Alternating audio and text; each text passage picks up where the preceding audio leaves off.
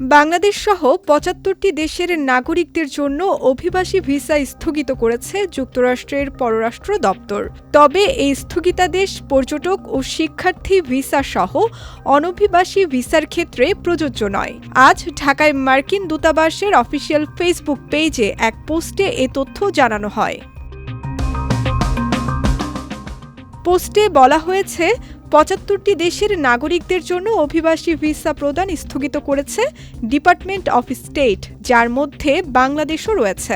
এইসব দেশের অভিবাসীদের মধ্যে যুক্তরাষ্ট্রের করদাতাদের ব্যয়ে সরকারি সহায়তা গ্রহণের হার বেশি বলে জানিয়েছে মার্কিন দূতাবাস। মার্কিন পররাষ্ট্র দপ্তরের নথি অনুযায়ী প্রেসিডেন্ট ট্রাম্প স্পষ্টভাবে জানিয়েছেন যে অভিবাসীদের অবশ্যই আর্থিকভাবে স্বাবলম্বী হতে হবে এবং তারা যেন আমেরিকানদের ওপর আর্থিক বোঝা হয়ে না দাঁড়ায়।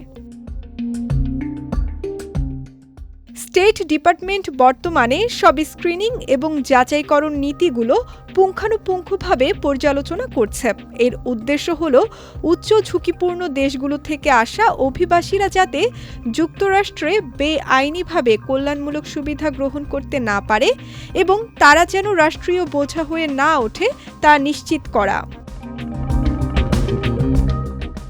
২০২৬ সালের ২১ জানুয়ারি থেকে কার্যকর হওয়া এই সিদ্ধান্তের আওতায় বাংলাদেশ সহ ৭৫টি দেশের নাগরিকদের অভিবাসী ভিসা দেয়া স্থগিত করা হয়েছে। তবে ভিসা স্থগিত হলেও আবেদন প্রক্রিয়া এখনই পুরোপুরি বন্ধ হচ্ছে না।